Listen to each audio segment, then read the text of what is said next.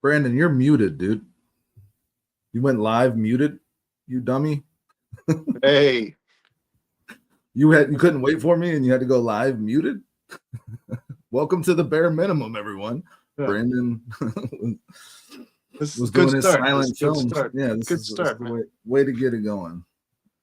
What's going on, everybody, guys? Welcome to another edition of the Bare Minimum on 4-Star Chicago Sports. I am Brandon. That is Dustin. We appreciate you joining us, guys, late night. We want to dive a little bit into the Bears contracts, guys, and who's getting paid the most, but maybe not performing the best.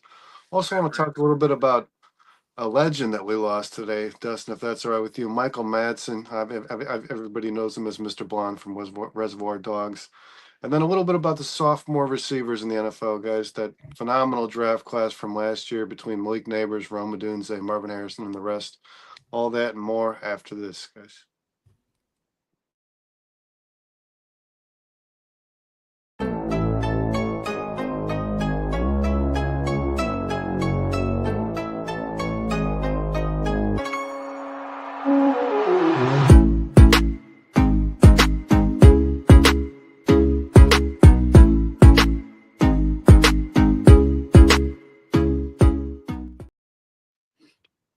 What's going on, everybody? We already got real Bears fan in the house. We appreciate you joining us, man. I'm sitting there like checking my volume, making sure my headphones are plugged in. I'm like, what the fuck is Brandon's talking, but I cannot hear a single word. That's what it was. It was just a prank on you.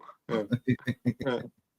It's not man. Work, man. Did you work? Bro, it was busy as hell. And I bet it was, dude. Everybody's off tomorrow. Yeah, tomorrow too. Yep. And then had to come home. I mean, trying to get the baby to sleep before I get over here. So, just juggling a lot of balls. Yeah. Life's moving fast forward for you, man. I know how that feels for sure, man. You can't catch up to the day for sure. Dustin, you actually pitched this idea to me today. I thought it was a great topic, honestly, man. I think you just sent it as a general text. I think you were kind of hinting at this is worth talking about.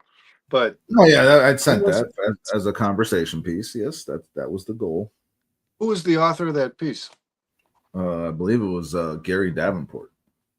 Okay. Who's a respected author. He's one of their lead, the NFL. And it's picked up steam. I've seen it on social. A lot of people are upset. I mean, Cole Kmet is like a fan favorite, right? So like when he keeps getting dragged through the mud, everybody gets offended by it. But I mean, he is the seventh highest paid tight end in the NFL, and that was part of that. The article was right, like the highest paid player, most overpaid players at each position, like guys that are getting paid at this level but are performing at a level below that, basically. And what do you know? I didn't even know. I knew Cole Kmet was going to be on that list when I opened the article, but then Tremaine Edmonds pops up as well. So I thought it was a good conversation piece. Yeah, not a good thing, guys. I mean, there's only 22 players starting on an NFL team. The Bears found their way to get 2 players on that list, the most overpaid player at each position. Now, I want to stray a little away from. Yeah, it was Gary Davenport, by the way. It was Gary Davenport that wrote the piece, yes. Just wanted now, this is not to say that these players are bad, okay? That's not what this is dictating. I don't want to, because I know, Dustin, we're going to get a bunch of people who are watching the show. They're going to say, well, he's a good player. It's really, does he measure up? That's what I want to focus on, because Ryan Poles has paid a select number of Bears since he's been the general manager on this team a pretty big deal, a pretty big contract, right? He's given pretty big contracts to a few players, and there's some good players that he wasn't willing to pay.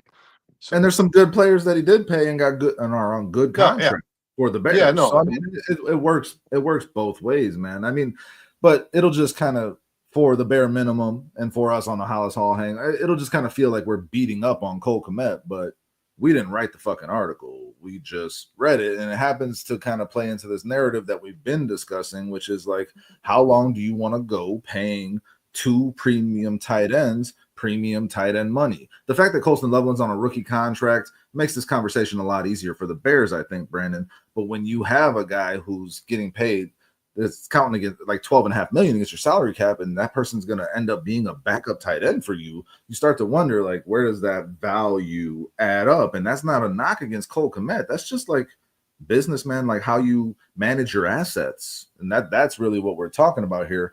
And I think that the fact that the Bears have 2 players on this list, and again, it's just a guy's list. It is what it is. But Tremaine Edmonds is one of the top 3 highest paid linebackers in the NFL.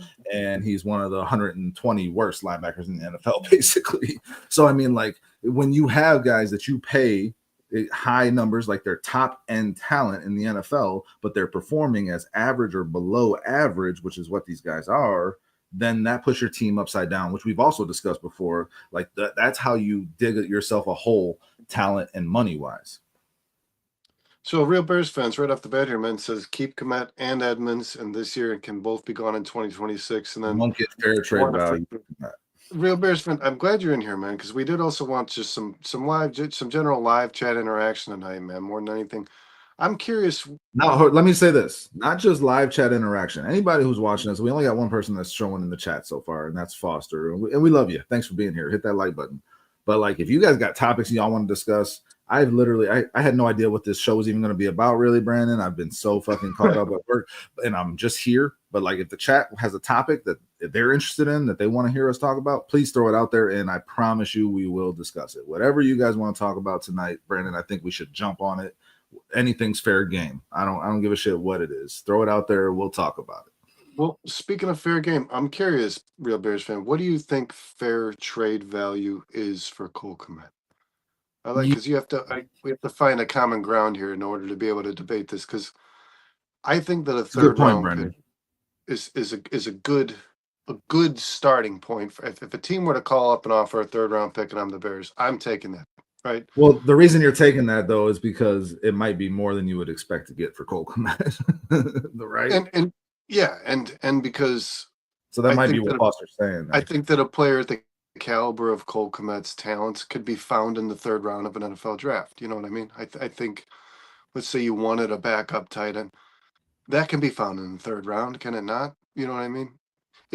What is the value of a backup? Because Dustin, I mean, we're gonna say it like it is. He's a starting player on this roster, but he will play the role, the secondary role at this position. What is a backup tight end worth?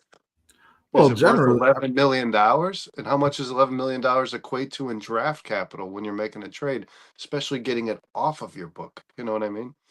Yeah, that's kind of where it comes down to. And Real Bears fan says right here, if we got a third or better, I'd take it, but I bet we would only get a fifth.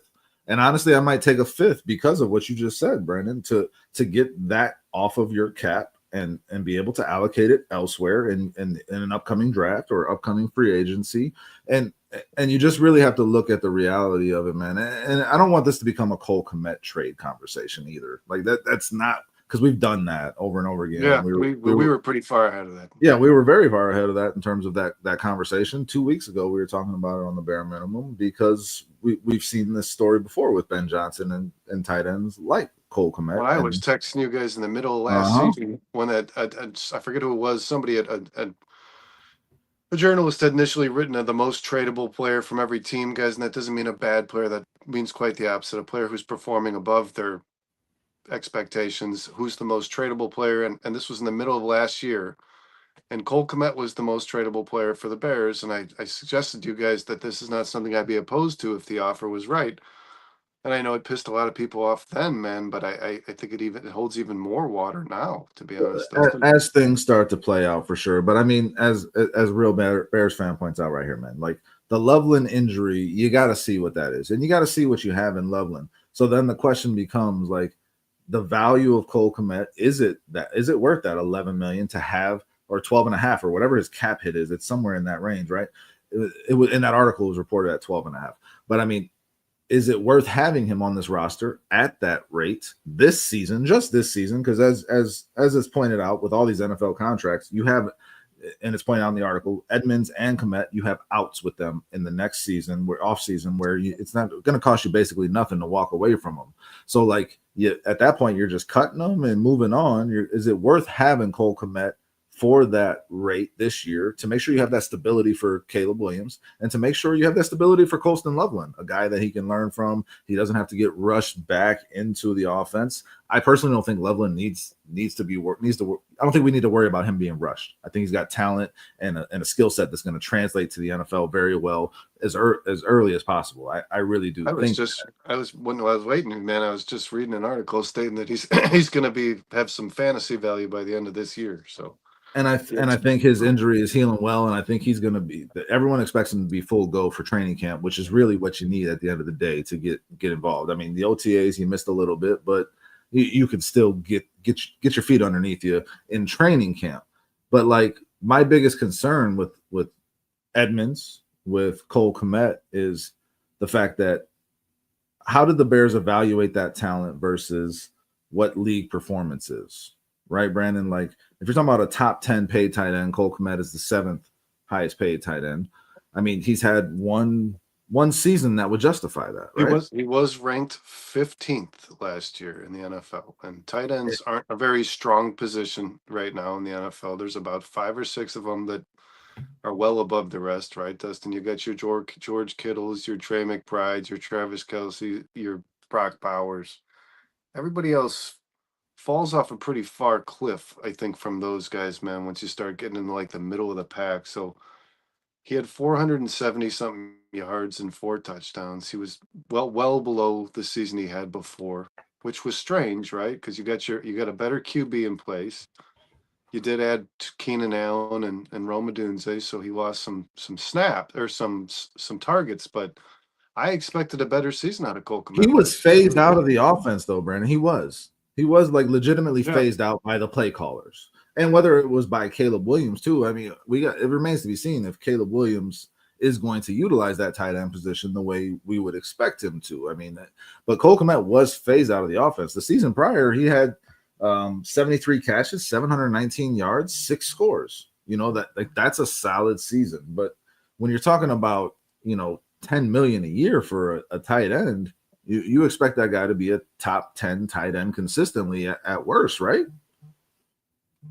Yes, and I also expected, to be honest with you guys, I'm a Cole Kmet. I like Cole Kmet. I expected Cole Kmet to progress. I did. I thought he was going to be a big part of that offense, even with the additions of Keenan Allen and Rome Odunze. I thought he was going to possibly cross that 1,000-yard barrier, Dustin. I did. And he regressed. And like you said, it was a lot to do with play calling. But I am going to say this, man. So you got Foster in here saying worst QB play, but the most yards that Justin Fields ever threw on this football team, guys, was 2,500 yards. So however you want to feel about Caleb Williams versus Justin Fields, Caleb gave more yards to the pass catchers on this team. It might not have been Nicole Kmet, but he did. He distributed the ball more. He threw 33 times per game. That was the most of all the rookies in that class. Well, he follows up with this comment to touch on that too, where Caleb's wasn't looking at the tight end, he felt like. And I mean, there's an argument to be made for that too. Is Caleb looking in that area? And I mean, what is the offense that Ben Johnson is setting up going to dictate that Caleb Williams does? I think it's going to dictate that he makes the quickest read possible and gets the ball out of his hands and gets it in the playmaker's hands as quickly as possible. I think that's going to be a big part of that. And I think the tight end needs to come into play in there. And I just personally think that Colston Loveland will establish himself as the better tight end to be involved in that type of offense, because he's going to be a better player with the ball in his hands. He's going to be a more dangerous mismatch threat than Cole Kmet is capable of being. Which in turn, what's going on, Ryan? Ryan Shansard. We appreciate you joining us. I've never seen that name before. Have you? No, I have not, man. Love that late night lives, fellas. We appreciate you joining us, Ryan. Thanks for hanging out late night, man. Yeah, for all those who are up and want to talk about some Bears, man, this is the place to be. We appreciate you, brother. But I want to say this, Dustin. The best and worst thing about Colston Loveland's progression over the course of the season. You got the clap anyways, Ryan.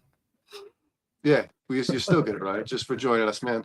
The worst thing that could happen, I guess, for Cole Kmet is Colston Loveland is that guy, man, because if you're Ryan Poles, right, and you've drafted this kid top 10, and he hasn't played any football, he hasn't practiced, but let's say this kid hits the ground running week 1, He's a big impact player. He's 7 catches, 89 yards, and a touchdown, something like that. And Cole Kmet's numbers not only maybe stay similar, but even start to regress even more, right? 1 to 2 targets in a game.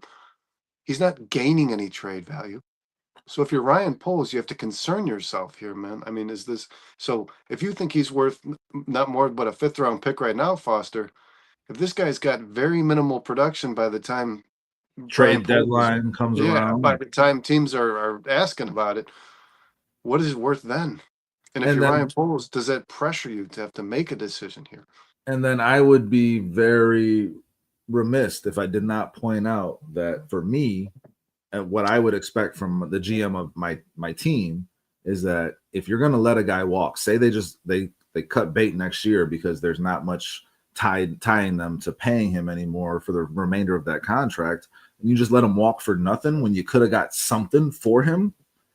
I just think you got That to will really get piss the Colt Kmet fans off, man. I mean, it should, that'll right? make me frustrated, yeah, With for a sure. Cole Because that's just bad business. With a Cole Kmet fan, I mean, I understand he's endeared himself to this city and he's been a great guy and he's a solid football player. Everybody loves him, and that's totally fine. But at the end of the day, it is a business, and you want your team to be as good as it possibly can be. And part of that is accumulating assets for assets that are going to be going out the door. My GM needs to get something.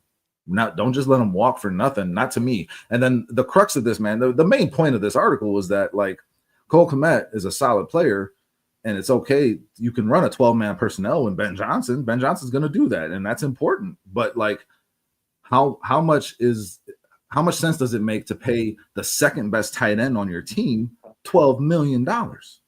How much sense does that make for any franchise? And how much sense does it make to retain Cole Kmet when prior to knowing you were going to draft a Colston Loveland or Tyler Warren, whoever it was the Bears had in mind, because they had him on the board, but it wasn't a guarantee, and I'm sure for anybody here until very, very, very close to the draft, they signed a tight end in the offseason. I mean, they signed a tight end, Dustin. They paid not a substantial amount of money, but they paid another guy in Durham Smythe from the Dolphins. So how much? I don't know how much that matters to this conversation. Well, then you have to worry about how much more production. If Colston Loveland's this guy that we're hoping he is, how much more production is Cole Kmet going to get at that second tight end spot than Durham Smythe? Is it worth $12 million? That's the difference in production, man. It doesn't even have to be Durham Smythe, Brandon. You don't have to insert Joe Wilson, whoever.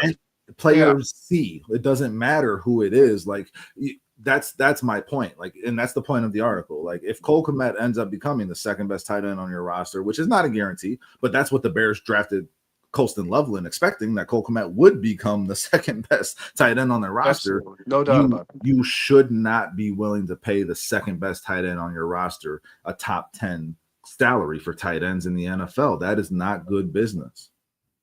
No, I don't even love decisions like those at the wide receiver position, man. I was just looking at the highest paid players at each position.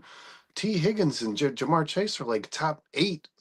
And that's We've talked about this before, Brandon, and I'm good with that. I'm much better with that than I am. I think that's way too much allocated to one position, man. But that's a much more important position than tight end, especially in having two really good ones. If you have two really good receiver, it's not even a comparison to me.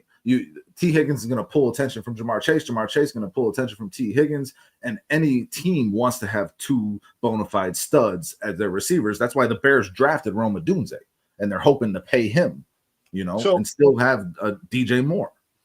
So I don't want to crunch numbers too much, Dustin. You and I don't do that on this show, man. But here's the difference: George Kittle, Trey McBride, Travis Kelce, Hawkinson, Andrews, Njoku. And we know Brock Bowers is going to eventually end up on this list above Cole Kmet in regards to salary. After those guys comes Cole Kmet. And Cole Kmet is hanging there. So is Pat Freiermuth in that $50 million annual salary range. And then it drops off. It drops off pretty substantially when you get to Dalton Schultz, Evan Ingram. Is Cole Kmet as productive as these guys that I just named that are in this top tier range, man? I mean, I don't. Well, would you rather have Cole Kmet or Evan Ingram? Probably Evan Ingram, and let's exclude. I would too. Let's exclude Colston Loveland. Let's just talk about Cole, because we're judging the contracts here. Is Cole Kmet worth what he's being paid, given the names I just gave of the guys that are being paid in the same bracket here? I don't think so, Dustin. I don't. He's never had a season like some of these guys, man. Some of these guys are 1,000-yard receivers who have I made was one of major the few, impacts. Go Brandon. I ahead. was one of the few people when Cole Kmet got that contract extension that wasn't really thrilled about it. You know my stance on Cole Kmet since he was drafted, and I mean he's just been an average player, and I think that's what he is. And I mean when you saw when he had opportunities, he capitalized on them in terms of that 2023 season. But as you add more talent to your team, I think you look to upgrade at that position, and that's what the Bears have done.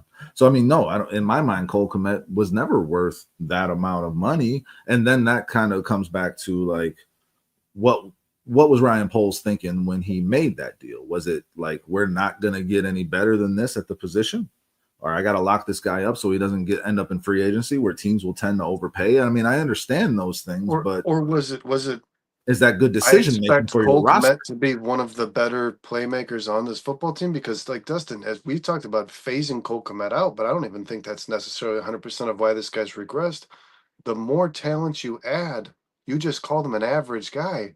The more talent you add, and Rome Odunze and Keenan Allen and Colson Loveland, the less this guy should be involved. I'd want the ball to go to Rome Odunze and Colson Loveland far long before I want Cole Kmet to get another catch on this team, man. I want the ball in a playmaker's hands, and I don't consider Cole Kmet to be a playmaker. No, he's not. He's He's not. reliable. He's consistent. He will catch the things that are the balls that are thrown his way 100%. He does not really drop the ball, and you love that about him. But like in terms of getting in the end zone consistently or making a play after the catch, those are not things I think about when it comes to Cole Kmet. Real Bears fan says, "Give me a third, and I trade Kmet during this broadcast." You and me both. But I think if you're being honest about it and you're being logical about it, that should be everybody's response. Honestly, because again, what's your other option? To hold on to him for a year to make sure that you have the depth, and then how much production does he even have as that depth? And then you cut bait and you got nothing for him next year. I don't think that that's good and team management. I don't. and when this Nothing question against Cole came up, Kmet. That's just black and white to me. That's no, all. and it's a bias, Dustin, and I'm going to prove that it's a bias. And I'm sorry to say to everybody who and people are going to disagree, but it's just the facts, man. When this conversation came up in the middle of last season, when this article was posted about the most tradable player, this infuriated the Bears fan base. They were in the middle of a 10-game losing streak, talking about trading a guy who's 15th best in the league at a position for whatever you can get for him. When I you think say they are. hold on real quick, just for clarity's sake, when you say 15th best at the position, where are you I getting don't that know. from? I have CBS Sports top 20 at every position from the 2024 Okay, season. so it's from one source, one outlet. You could Yeah, argue 10 to 15, and somewhere in there's middle no of the pack for sure. there's Okay. no statistics or anything tied to this, man. I think they're just ranking who they think these players are at each position, like a top 100, like how the NFL does every year, stuff like that. It's And not statistic. another good way to break it down, Brandon, is like where would you draft him in fantasy? I think about that a lot when it comes to Wouldn't. exactly. I think of that a lot though when it comes to the talent level of the players on my team. Like how many years do we go where like Bears offensive players just aren't worth drafting in fantasy? And it's like but we get this inflated idea of what these players could be or what they because we see them play every week and we get attached to them. But at the end of the day, like we got to be realistic about who is Cole Kmet and what is his value to this team. That's what it comes down to for me. And right now, the value that they've attached to him in terms of a monetary value does not equate. It's up here, and the value that he's giving in terms of a production value is down here. And that gap Well, kills your football team and your ability to be competitive, man. and that's what I That's mean. what it Listen, boils down to. it's a bias. It's a homer thing. It's the guys who are loyal to him because the Bears drafted him. He's a Bears raised kid, right? I think that's because I think the article in the middle of last season pitched like a third and a fifth for Cole Kmet. And that during a 10-game losing streak, and Bears fans were mad to even read the name on the list. Guys, that is you're allowing your bias to get in the way of thinking with some perspective here. I mean, during a 10-game losing streak, if Cole Kmet's being off, you're getting offered a third and fifth round pick for a Cole Kmet, you make that fucking move, man. There's no ifs, ands, or buts. during a 10-game losing streak, what's worth holding on to? What's not worth considering? That was That's the what I point was you're making. asking everyone. What is That's the like? point you're There's making. maybe one or two players during that losing streak that I was saying are not expendable. Maybe one or two players, man. I mean, I think I said Caleb Williams and Darnell Wright and Jalen Johnson. I think I said everybody else can hit the fucking door, dude. I don't Listen, we're care. talking a lot about the Cole Kmet thing. I think it's understood that the contract it does not equate to the production, especially if you start to consider the fact that he most likely will end up being the second best tight end on this team. Well, and the way The I wanted to do this, the more egregious thing is Tremaine Edmonds, Brandon. yeah. Well, the way I wanted to do this, man, is good or bad. Was it a good or bad contract, Cole Kmet? I think you just already stated it. I said it was bad when it happened, man. I didn't bad like contract. it when As we're judging Ryan Pohl's biggest signings, that to me was a bad contract. It still is. If you can get that off your books, you fucking do it. But yeah, let's move to probably the most egregious of all the decisions Ryan Pohl's has made financially. Tremaine Edmonds is the third highest paid linebacker in the Have we NFL. seen this name before? Joseph Osteen? I don't think so. Okay, well, he'll probably, after I play the applause, he'll probably say he's been here 7 times, but I'm going to play it anyway. Joseph, welcome to our world. Thanks for jumping in. Please hit that like button. Keep the comment. Guys, again, you throw a topic. I mean, Real Bears fan said the Caleb Sucks podcast. I mean, we can talk about Caleb for sure. If you want to talk about Caleb, we can go back and forth a little bit. But whatever topics y'all have on your mind, stuff that you're interested in talking about or hearing about in regards to the Bears or Chicago sports or NFL in general, throw it out there, man. We'll address it. We'll touch on it. We'll talk about it. We'll kind of let you guys. Well, Joseph did right here. This is another direction ahead. The run game is the worry, and I couldn't agree more with you, Joseph. I think do you want to break off for a second and talk about it and then go back to our contracts? Yeah, let's do it. I think, Joseph, this is the weakest unit on the Bears offense. I think it's one of the weaker units on the Bears in general. I think that this is going to get flipped on its head next year. I don't know that you're going to see any of the, and I know I'm going to be disagree with on this because we just drafted comment on guy. Unless this kid really shines, man, and really impresses, I don't know that you're going to see any of the names on this roster at this position on this roster next season. It's really going to depend upon how they handle themselves this year, but I don't have high expectations, Dustin. I think this unit is middle to bottom of the pack when it comes to the NFL. I really do. Let me put a positive spin on it and try, because yes, in terms of running back rooms in the NFL, this is one of the lower ranked ones, and if you're looking at it realistically, that's just what it is. That's based on DeAndre Swift's lackluster performance by some measurements last year, but at the end of the day, DeAndre Swift had what 1,300 total yards last year, like 1,300, I believe. He didn't get into the end zone enough, but I think he's got game-breaking ability that wasn't really utilized properly last year in that offense.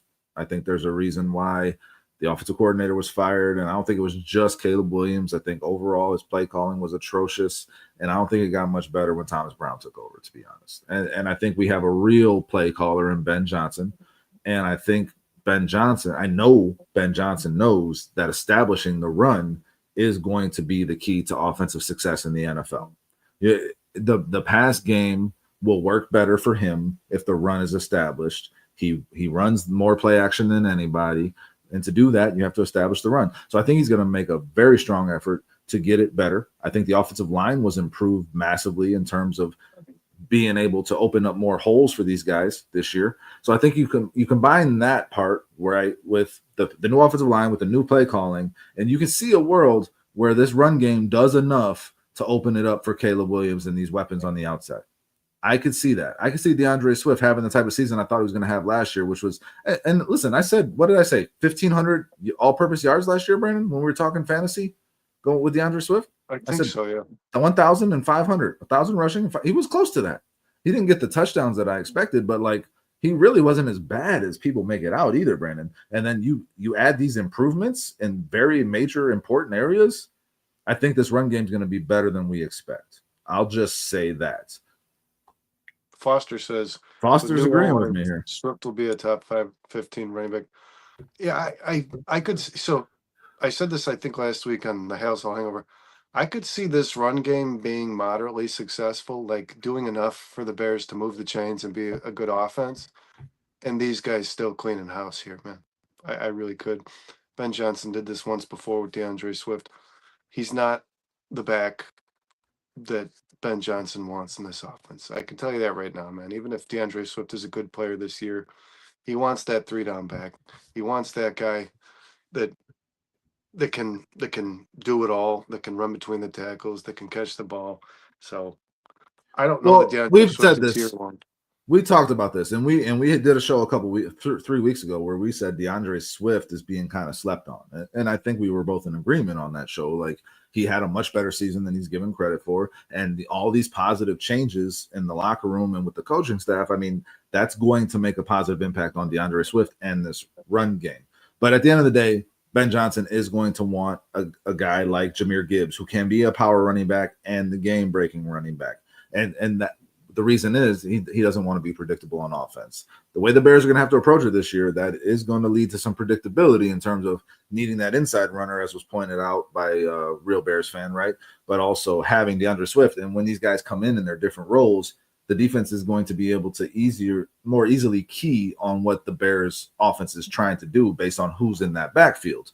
Now, I think Ben Johnson is smart enough to work around that and eliminate that predictability in some ways. But at the end of the day, having that 3-down guy who can do everything like a Jeremiah Love, that will unlock his offense in a way that these guys cannot. You are correct about that. Yeah, which Miller projected, guys. We talked about that a little bit on Monday. Miller projected the Bears to draft at the 17th overall pick next year's draft, Jeremiah Love. Which would be amazing. Yeah, that would be amazing. I mean, but I'll say this, man, and real Bears fan keeps kind of echoing what I'm saying and how I'm feeling, man. This Bears run game is going to be better than we expect, just on the strength of Ben Johnson knowing what needs to be done to make an offense work in the NFL. And DeAndre Swift was a much better back last year than he gets credit for. And as Foster's saying right here, don't run him up the fucking middle. Yeah, like, well, that's not his strength. It's not his strength. Ben Johnson knowing what a guy is good for. You know what I mean? Because playing them to their strengths.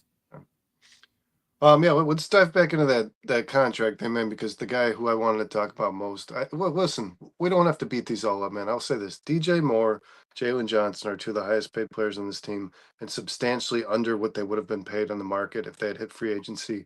Two really good contracts by Ryan Poles. He hasn't done all bad. But this Trevathan thing, man. Or not Trevathan, huh? But Jesus. Tremaine Edmonds. Danny Trevathan. Oh, old school. This one bothers me the most.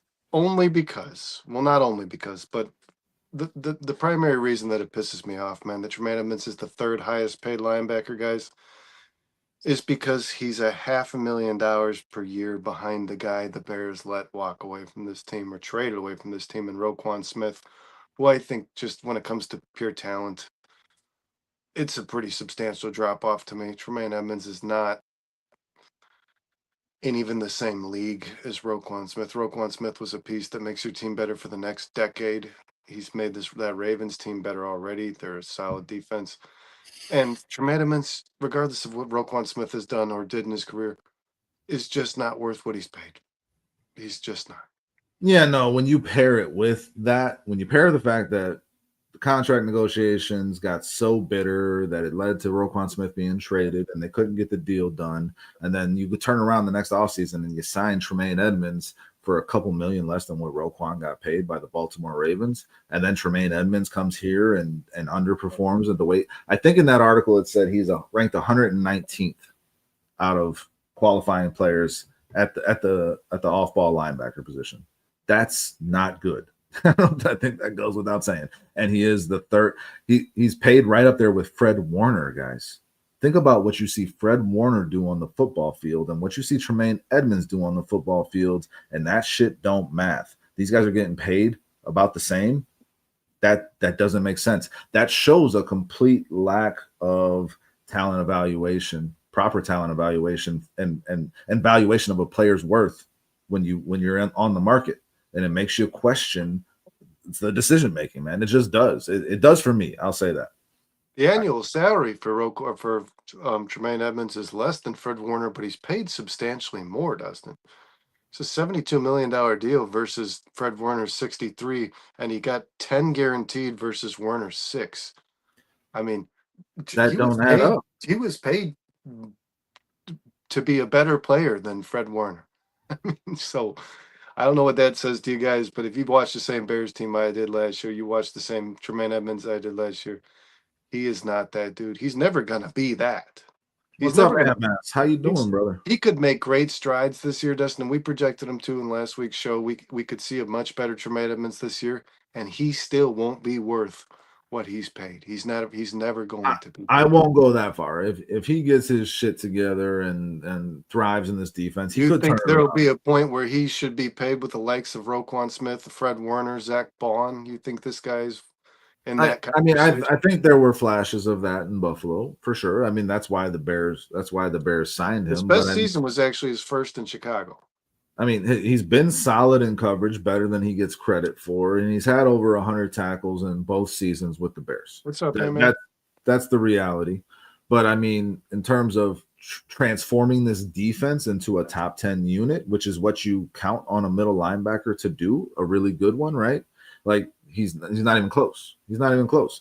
So I mean, it's worrisome when that's the decision making that your team has, and it just leaves you with less talented players at a higher cost. And that's really what it's going to keep coming back to for me, Brandon. It's like, what were you thinking going to pay this guy this much when you could have just paid that guy about the same, and that's a more talented player. That's all it boils down to for me. All you did is you got a linebacker with one less year on a contract who's nowhere near the talent. And at the same time, Roquan Smith just wanted that one more year. That's all it was, man. And at the same time, he signed TJ Edwards on like what, $7 million a year. Who's ranked well above Tremaine Edmonds. Yeah. So I mean, those two things can balance each other out. But the middle linebacker position is just a very crucial position to your defense. That is supposed to be the leader of your defense. And we just did a show on Monday where we were picking captains, and most of the chat would pick TJ Edwards over Tremaine Edmonds. You and I would both pick TJ Edwards over Tremaine Edmonds.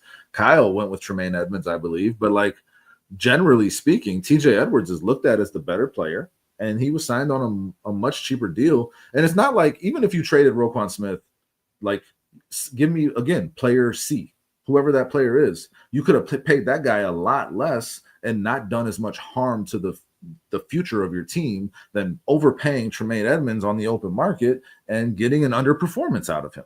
You know, another thing I exposed on Monday, man, is this guy is not relaying the plays. I mean, so you're paying top tiered hour for your middle said they expect that to change this season, right? Yeah. Dennis Allen said he's gonna implement that change because he doesn't think that's right. But you're talking about a guy who, and when the reasoning for this was he's able to focus more and think less.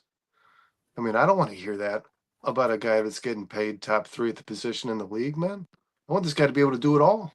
Middle linebacker was the position I wanted to play when I played football, and I played that for most of my time. I switched to will at a couple points in high school, but I mean, the middle linebacker that is the thinker of your defense. That is the guy who's analyzing and diagnosing plays and shouting out to people, this is what's coming, and really setting the tone for your defense physically and mentally. And Tremaine Edmonds has not done that for the Chicago Bears. And I'm not trying to, I'm just saying, like, the reason I wanted that position and when I played football was because I idolized guys like Mike Singletary who thought the game before it happened in front of them.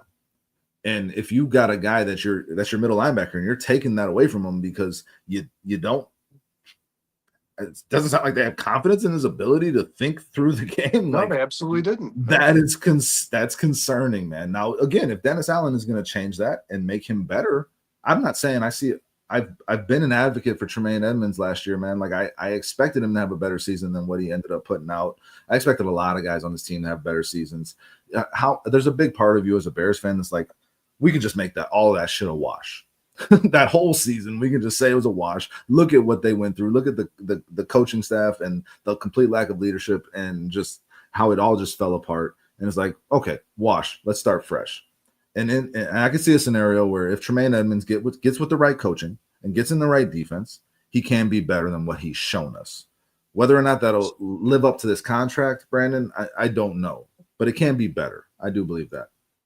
Well, and Dustin, you said you wanted to be the middle linebacker because you wanted the responsibility. You wanted to be the leader in command of that team on the field, I that unit wanted to on the be calling the field. plays. And, Yeah. and that's part of the salary. The middle linebacker is always paid more than the outside linebacker on every football team because that's part of your gig. The guy's supposed to be able to do that. So, like, if you're not doing that, as far as if I'm cutting it, if I'm the guy negotiating a deal with you, if I'm deciding whether or not I'm going to pay you the money you're asking for, that's going to be one of the things I'm expecting of you, man. It's going to be in the conversation. Hey, can you command this team? Can you be the guy who's pointing where people need to go? Can you be the leader on the field when you're you're the quarterback on this side of the ball, man? That's why I'm paying you this amount of You money. should be the leader Yeah. of the defense. MS checking in saying a lot of prove it players this year. Ideally, we have those players play well and gain value via trade or comp picks. Romy's jumping in. What's up, Romy? Thanks for joining What's up, us. Hit Romy? that like button if you have not already. Thanks, Romy. Thanks, MS. Thanks for joining Chris us, guys. Foster says if I could cut Edmonds for zero salary cap hit today, I would. MS pointing out that the players quit on Flus, but getting BJ is the silver lining of that.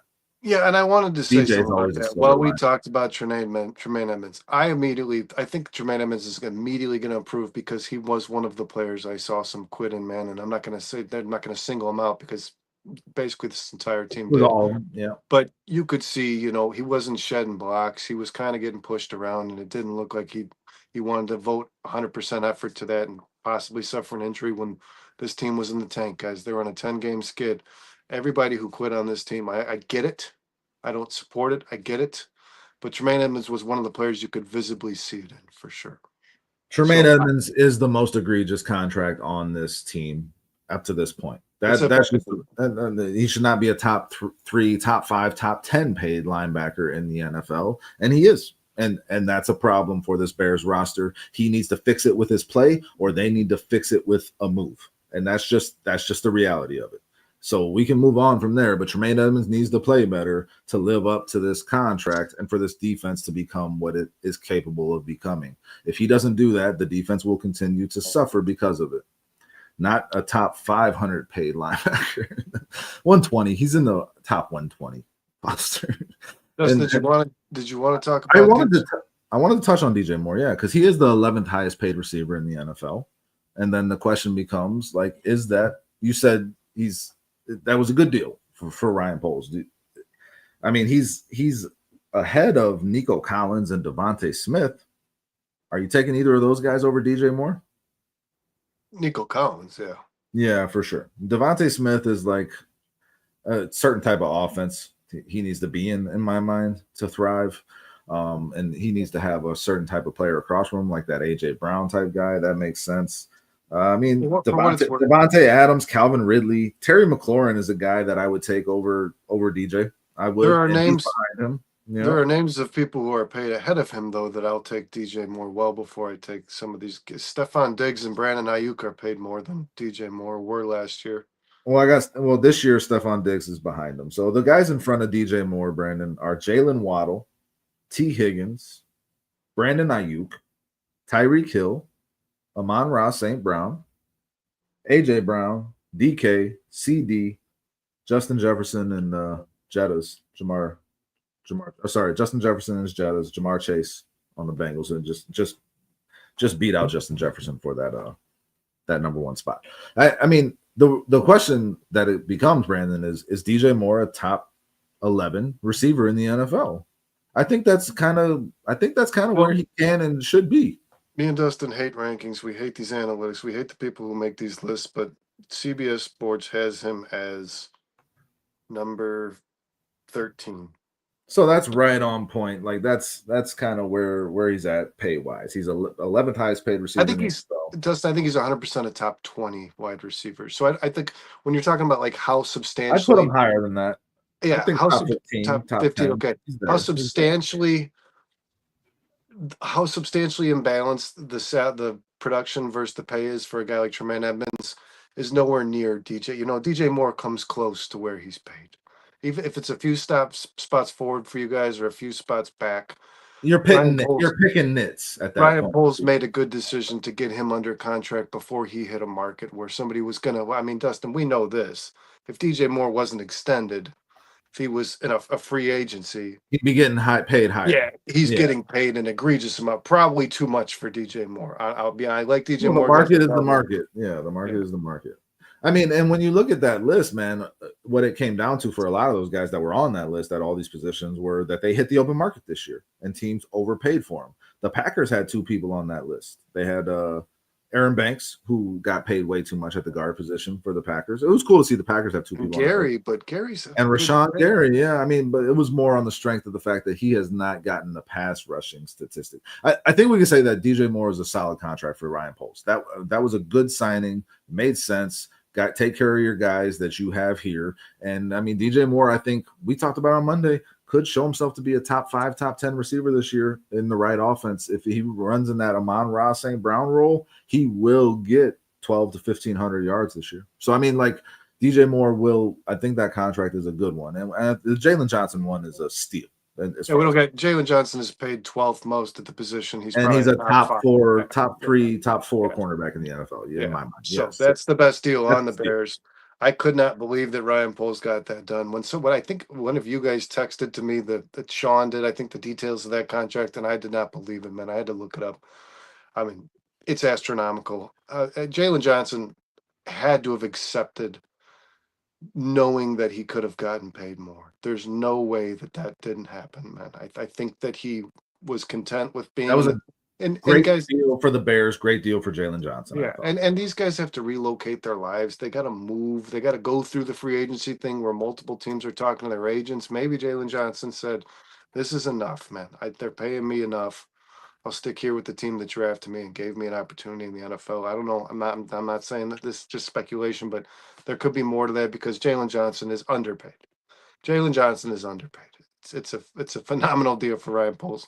Dustin, the last guy, you know who I want to talk about, man. Well, that Rashawn Gary thing is a good segue because Rashawn Gary was the defensive end that was the highest, most overpaid in the NFL, according to Gary Davenport. And then real Bears fan throws out here, my bold take of the year, Sweat, 13 sacks. Montez Sweat is the guy that we're going to talk about now. That makes sense because his contract should be discussed in terms of his production, and does that merit the contract? And he is paid right above Rashawn Gary. But I'm going to say this, guys. Most people probably don't remember this, or you didn't even look at it. When Montez Sweat was given this contract, Dustin, he was the 4th highest paid player at the position. Now, since the signing, since the trade and sign, a lot of guys have gotten paid. Myles Garrett got a new deal. Danielle Hunter got paid. Max Crosby got paid. Nick Bosa got a new deal. Josh Hines-Allen got a new deal. Brian Burns got a new deal. TJ Watt got a new deal. So all of the players, Dustin, above Montez Sweat at the position were paid after Montez Sweat was signed. Myles Garrett, Danielle Hunter, Crosby, Bosa, Hines-Allen, Brian Burns, TJ Watt. Yes, all 7 guys in front of Montez Sweat. And like you said, right ahead of Rashawn Gary.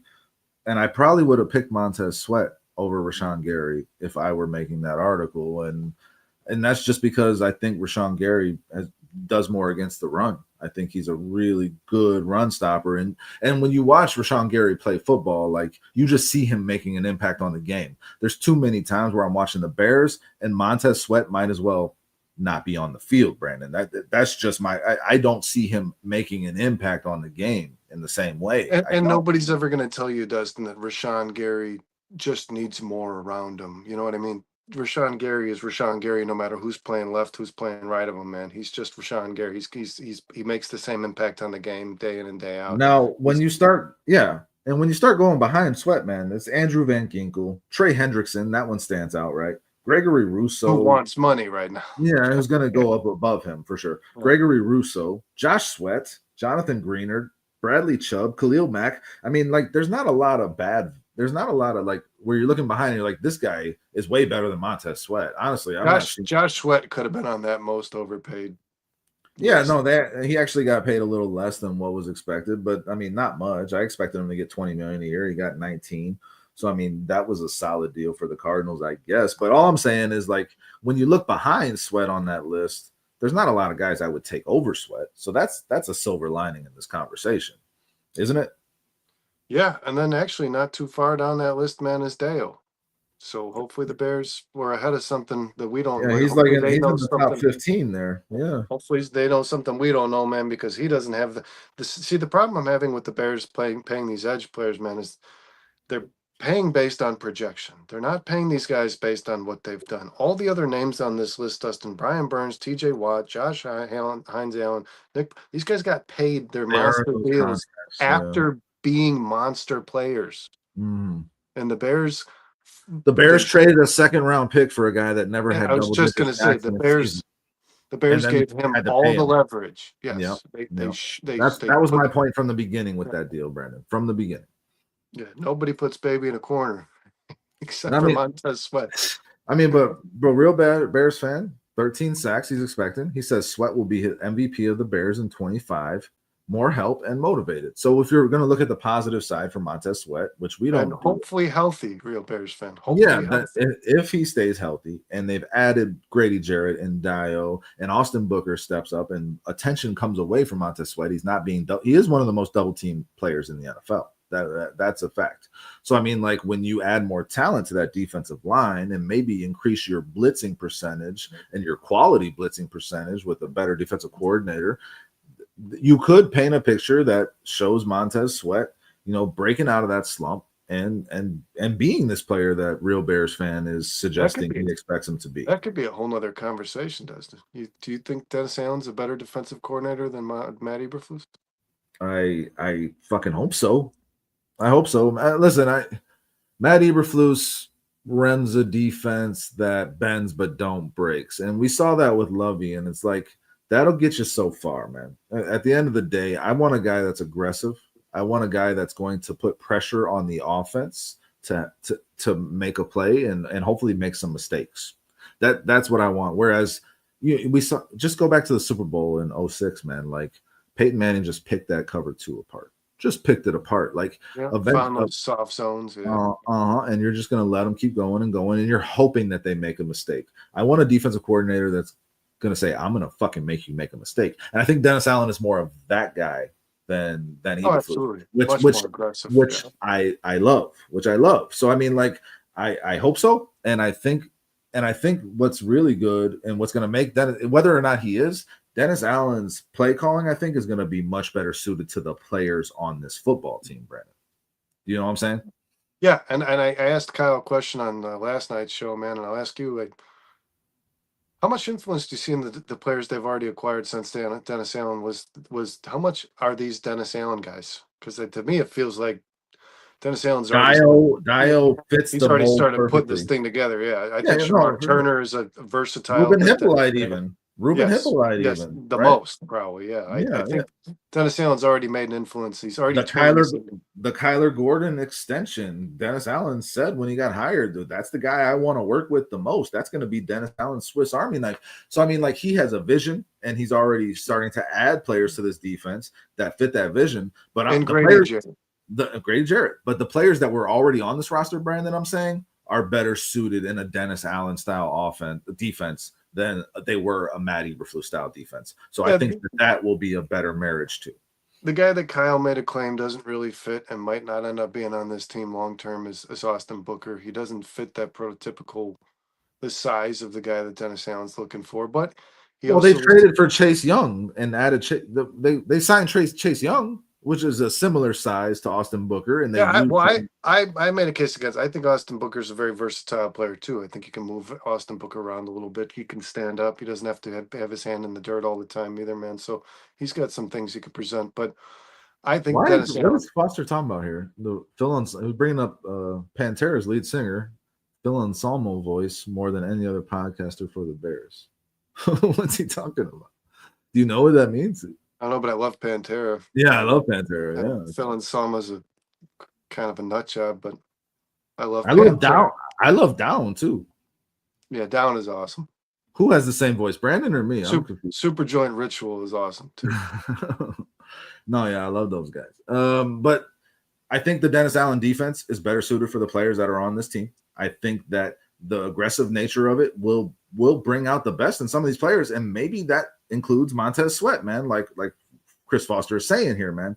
Like Montez Sweat with the added talent to this team and the new defensive coordinator, maybe he's in for a breakout year, which as much as we've knocked him because like the performance has not matched the contract, I would love to fucking see that. I would love to see Montez Sweat be the player he is paid to be. I would love that more than anything else, really, besides seeing Caleb Williams throw for 4,000 yards, man.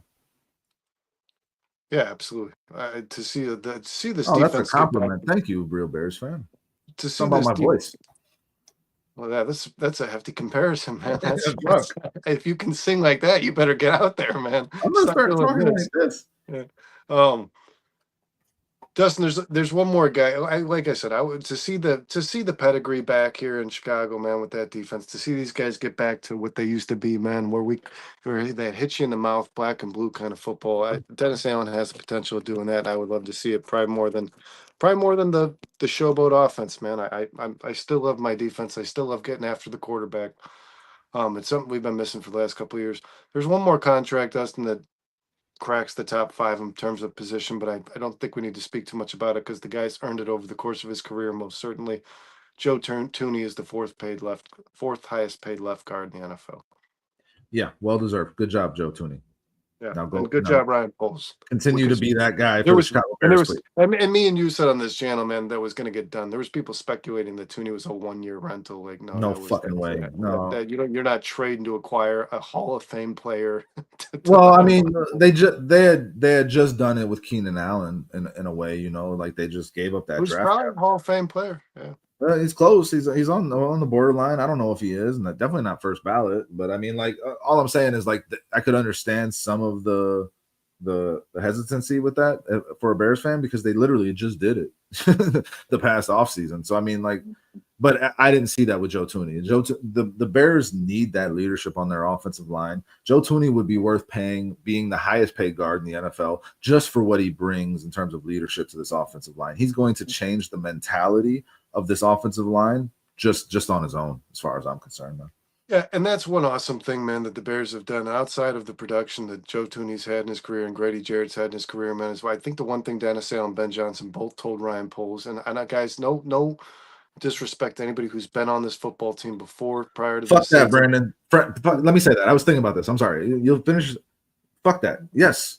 We this talked team about didn't have leaders. This team did not have leaders, guys. Yeah. This was a 5-win team. So the leadership that was on here was not good enough. Was not good enough. Period. End of story. Yeah. You want to make excuses for these guys. They are professional football players, and they quit last year. Regardless of why they quit or what was going on, that's what happened. And the Bears needed an influx of leadership for a reason. Because the guys that were here were not fucking doing it well enough. Period. Dennis Allen and Ben Johnson both identified a guy. You know, I'm sure Dennis Allen said to Ryan Poles, listen, this guy's a free agent. He's probably on the bottom side of the hill. Let's be honest, man. I think the production for a Grady Jarrett is going to be less than people expect, but I believe that he will be worth its weight in gold and mentorship. Yes. He is already the leader and the commander of that defense. And obviously, Ben Johnson or Ryan Poles saw an opportunity to get Joe Tooney. I'm sure he confronted Ben Johnson about it. And John Benson said, just on merit alone, just on who I'll take this guy with a season ending injury on my sideline. That's how I feel about Joe Tooney.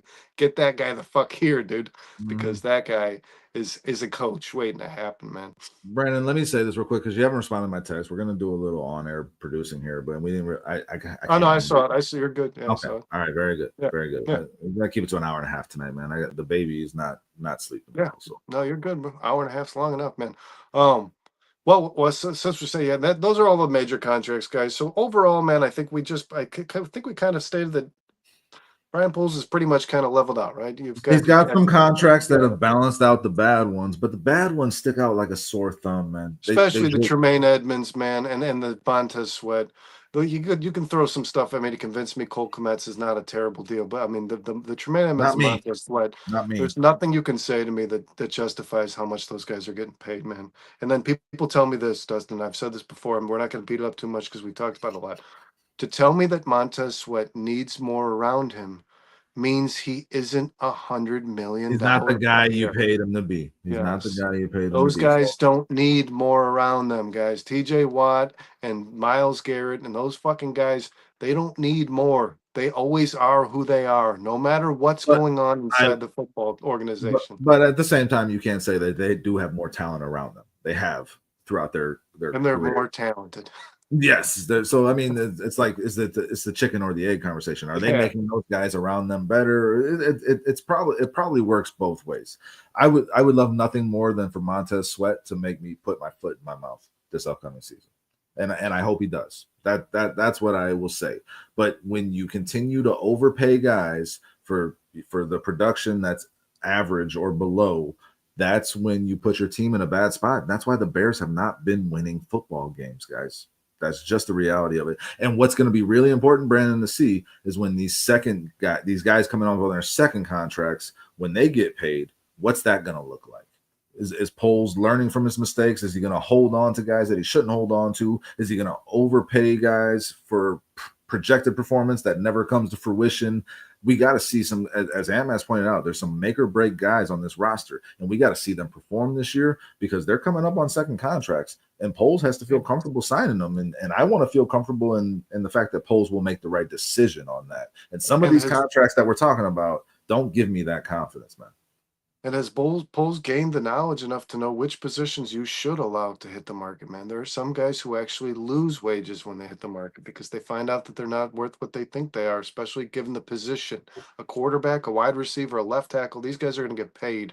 Cornerback, a really good cornerback, that's the guy you want to pay before he hits the market. There are Cole Kmet hitting the market prior to getting that.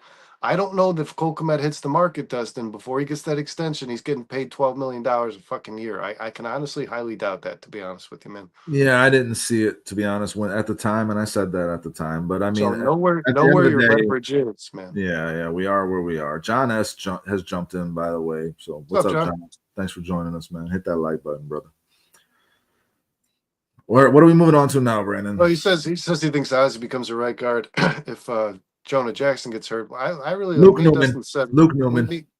Yeah, Luke Newman is a stud, man. I think guys book it here. You heard it on 4 stars. You will eventually see Luke Newman in the starting role in the Chicago Bears, and he's going to be a damn good player at it. And I agree that the most likely spot for that to happen is at the right guard spot if Jonah Jackson cannot stay healthy. And the probability of that is higher than you would like it to be. The Bears did just pay Jonah Jackson, so they got to feel confident in his health, obviously, and what they can get out of him performance-wise to extend him the way they did. It's not like they made a major investment, but they did make an investment. But I think drafting Luke Newman shows that they're trying to think for the future too. And I think Luke Newman will perform very well as soon as he gets his opportunity. And that could be as soon as this year. And I would like to see him there rather than Ozzie Trapillo. Honestly, I don't want no 6'8" fucking dude playing guard for me, man. You're going to get eaten up by those. No, I was going to say, and he's going to be got no leverage. Yeah, he's going to be a tackle in the NFL, John. And Dustin, in regards to, I think Luke Newman might be the best guard on this team behind Joe Thuney already. And we'll see if that comes to fruition. I love Luke Newman, man. I can't wait to see him play some football for the Chicago Bears. I really can't. I wanted to talk about, Dustin, we've done a lot about second-year quarterbacks. The NFL in general, guys, over this offseason, as things have kind of died down, there hasn't been much to talk about. I've seen a lot of articles about the second-year quarterbacks, the Bo Nix, Jaden Daniels, Drake May, Caleb Williams, all that stuff. Quarterbacks, the quarterback league, everybody wants to read it. They eat it up. I want to talk about the sophomore receivers because we had one I think is going to be a historical class, Dustin. I do. I think that's one of the best classes in my lifetime.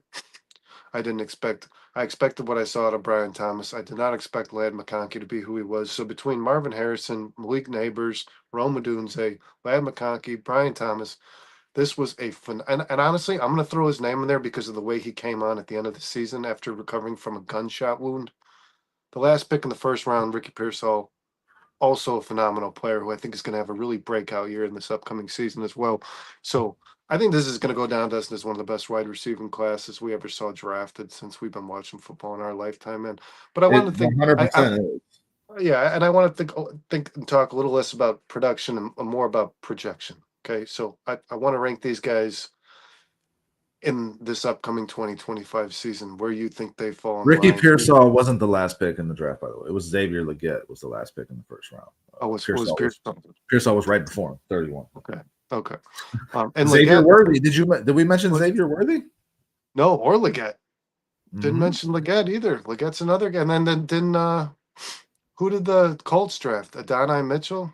Yeah, that was the Mitchell? second. That was the second round though, and I think Adonai Mitchell is going to be a fucking. Well, stud. I don't think McConkey was a first round pick, but yeah, and I'm not Oh talking yeah. about where Oh, they. oh I'm not talking. yeah. Yeah, and I'm not. Adonai It's not necessarily where they were drafted, but I mean, think of the. You just threw three more. This class was phenomenal. fucking stacked, It's dude. fucking Stacked. dude. You compare that to this year. You have like Luther Burden, Tetero McMillan, Matthew Golden, and Emeka Egbuka, and two of those Luther guys. Burden. Two Luther of those Burden. guys could fail. Like I I don't know. think I think Tataroa might be a bust, And man. Matthew Golden, man, he's very raw. There's a lot of speculation that Matthew Golden takes at least another year to become an actual pro in the NFL. We didn't mention Keon Coleman either. No, and that's a 6 Or foot, Roman 6'5". Wilson. I mean, Roman Wilson didn't do shit, but I'm we both excited to like see him a Roman lot. Wilson We both play like some him a lot, football. Yeah, and he's going to be involved in that offense this year. So I want Dustin. Actually, so what was that? 10 names? Did we just give 10 names? Because we can rank these guys 1 to 10. Let's rank them 1 to 10. Carl, we're not yelling tonight, but thanks for joining us, man. What's up, Carl? We're gonna try not to yell tonight. I mean, we're pretty chill on Thursday nights, right? Sometimes we get a little. It's late, man. We're tired. A long fucking day. And Brent, I just laughed to myself again thinking about how you started the show on mute. Yeah, I started the show on mute, Carl. So no yelling today. Almost no volume at all for the first 30 seconds of the show. It was more like a minute. It felt like forever. How do you think it felt for me? All right, so let's rank these guys. Let's rank these guys 1 to 10. And this, like I said, not production. So I don't want to let's exclude last year. Based on the offense system they're in, the head coach, the quarterback, the situation. I'm accounting for production, man. Where do you let's start with number 1. Let's go 1 to 10. Okay, let's go best. What do you project to be? And I think this is probably going to be the same answer for both of us, man. But honestly, man, it's really hard not to say Brian Thomas Jr. I'm going to say Malik Neighbors. I'm going to say Malik Neighbors. Well, you've already said the two guys that Brian Thomas Jr. It was the best receiver rookie receiver last year in the NFL. In my mind, he was. Yeah, and there's no reason he cannot continue that on that Jaguars offense this year with a new head coach that's an offensive coordinator, and he's still the number one option for Trevor Lawrence. So I mean, and they're going to be playing from behind a lot. So physical accolades are outrageous, man. I mean, to be 6'3" and run as fast as he does, and he can high point the ball. I mean, the guy can just fucking do everything. Yeah. Malik Neighbors is more special to me in my mind, though, in terms of his ability after the catch, and in terms of his ability to goddamn house the ball every time he touches it, no matter where he touches it on the field. The biggest concern, how quickly he separates is probably the most impressive thing I've ever seen from a wide receiver, man. I mean, you cannot. Malik Neighbors was the best receiver in that draft. Yeah. He gets away from coverage in 1 to 2 seconds, which whatever quarterback's playing for the Giants is going to benefit greatly from that, man. But the reality is that whatever quarterback is throwing him the ball, Brandon, is not as good as Trevor Lawrence. And I don't think Trevor Lawrence is even that good. But whoever on the Giants is throwing Malik Neighbors the ball is just not as good as him. And so that says something when you consider that their quarterback play last year was worse and the numbers Malik Neighbors was putting up with shit-ass quarterbacks. Now you got at least a talented, somewhat, competent guy in Russell Wilson, and they drafted Jackson Dart and they signed Jameis Winston. So those are all better options than what they had last year. So how does Malik Neighbors not do that much better on the strength of that? Kyle's last night, we did 5 bold, outlandish fantasy predictions. Kyle's was Malik Neighbors is going to finish first in fantasy overall, and he pitched some numbers. He's fucking unstoppable, man. He's fucking unstoppable. He had 15 games played, so he played 2 less games than every other wide receiver, leading the list of wide receivers, and he had 30 more targets. Dude, Malik Neighbors going down last year almost killed my fantasy teams, but I still won. I still won all my leagues. Or something. Yeah, if he didn't get injured, he had a fucking phenomenal season, guys. It wasn't really talked about because the Giants sucked. But Malik Neighbors is the best receiver of this class, Brandon, and it's close. It's closer than I thought last year going into the draft. But Malik Neighbors will establish himself again as the best receiver of this class in my mind. Yeah, I have Malik Neighbors number 1, and I have Brian Thomas number 2. So I think that you agree. And guys, I called Brian Thomas a big Tyreek Hill. I think that he is. I think that's the kind of player he'll be, and the impact he'll make in the course of his career. He is a stud. He was the guy that was forgotten about because he played alongside in college. He played alongside Malik Neighbors. Malik Neighbors, yeah. So yeah, LSU. Think about this LSU program, man. You've got the Justin Justin Jefferson, Jefferson, Jamar Jamar Chase, Chase, Malik Brian Neighbors. Thomas, and Malik Neighbors. It's just ridiculous. You draft a wide receiver from LSU, you're probably getting a stud, man. I would just moving forward, I'd look to there for wide receivers. Happy 4th of July, by the way, everybody. Happy 4th. Oh yeah. Happy 4th, guys. Same to you, Dustin. So yeah, I'm guessing you have then Malik Neighbors, Brian Thomas. Speaking of 4th of July, Brian Thomas Jr. is a human firework. This guy can just explode at any moment, and you can't catch him, and you can't jump as high as him, and he's just fucking unbelievable, man. Like I like Real Bears fans list here: MHJ, Neighbors, BTJ, Adunze. But I think Brian Thomas Jr. showed that he's a more explosive player than MHJ last year. Now, could that change this year? Does MHJ have better quarterback play than Brian Thomas Jr.? I think so. I think Kyler Murray's a better quarterback than Trevor Lawrence, man. I think they're close. Look what Carl says here. Burrow, Chase, and Jefferson versus Daniels, Neighbors. I mean, this LSU team has had outrageous offenses in the last couple of years. Man. I mean, it's producing. Ant Mass said peace out, by the way. So later, Ant Mass. Have a good night, Ant Mass. Producing future Hall of Fame talent over there at LSU, man. But Dustin, my third guy is Marvin Harrison Jr. And he is for this reason. Outside of Trey McBride, Kyler Murray's a good quarterback. I like it, and I'm sure the chat's going to throw some shade at this. Black Rain says right here, Kyler full of himself. He never threw Harrison the ball. I don't know that. I mean, again, Black Rain could have jumped in on other shows where I wasn't privy to, but I've never seen that name before. But thanks for joining us. Hey, man, thanks for being here. This is the bare minimum. Appreciate you joining us. I also think Kyler had a prop. Thanks for being here. Hit that like, brother. I also think Kyler Murray had trouble seeing Marvin Harrison. There's a lot of times where he was just open, man. Kyler Murray's a small guy. He gets lost. Kyler Murray has trouble seeing over the steering wheel, dude. That's what I'm talking about. He's a little guy. Yeah, but he's just a little guy. But Marvin Harrison is not. He's a very big guy, and I think outside of Trey McBride, they're really hurting for talent on that offense. I think he's going to get a lot of targets as long as he stays healthy. Marvin Harrison Jr. is third on my list. Dustin, what about you? This is where we diverge, man, because I think Rome Odunze is going to have a better sophomore season. I thought you were going to say than MHJ. I think Rome Odunze is in for a hell of a season. I think you can see this guy put up 1,100 yards and get double-digit touchdowns. I think that's totally possible. Marvin Harrison Jr. is fucking jacked, dude. He's working his ass off, and you never doubt the guy's talent or his work ethic. Those are two things I will not doubt from Marvin Harrison Jr. I like the idea of Rome in this Bears offense with Caleb Williams more than I like the idea of Marvin Harrison Jr. with the Cardinals. But again, he's going to have more opportunity probably because, like you said, there's only a couple weapons there that you can really count on if you're Kyler Murray, whereas I think Caleb has a few more options with the way this team is drafted and what. I don't even have Rome. Rome is loading a breakout season, Brendan. I think you're right with Rome's projection. I think 1,100 yards sounds about right, and I still don't even have him fourth on the list because that's how good I think this wide receiver class is, Dustin. I think these guys all eclipse that number. I don't think you understand how good Rome is going to be, man. I think Rome will be a better receiver than MHJ for his career. I'm not throwing any shade at Rome because, like I said, I think he's going to be around 1,000 yards, a little more. I think Lab McConkey's fourth.